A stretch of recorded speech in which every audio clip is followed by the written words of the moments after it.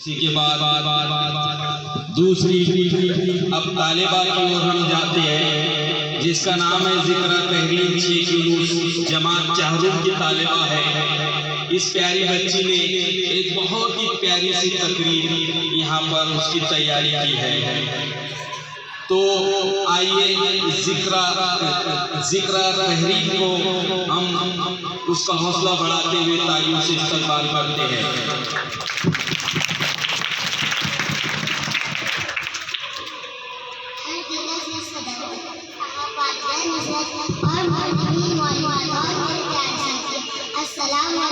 मुझे इस बात की बड़ी खुशी हो रही है कि आज हम सब यहाँ भारत का यौम जमहूरियत मनाने के लिए जमा हुए हैं। हमारे मुल्क भारत का आज 26 नवंबर 1949 को बनाया गया है और 26 जनवरी 1950 को नाफिज किया गया है। हिंदुस्तान के आईन में तमाम शर्तों को मिसाली समझा गया है।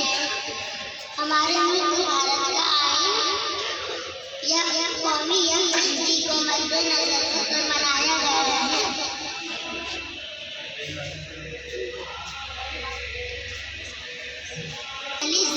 लोगों को सामने रखकर इबादत करने की आज़ादी दी गई है।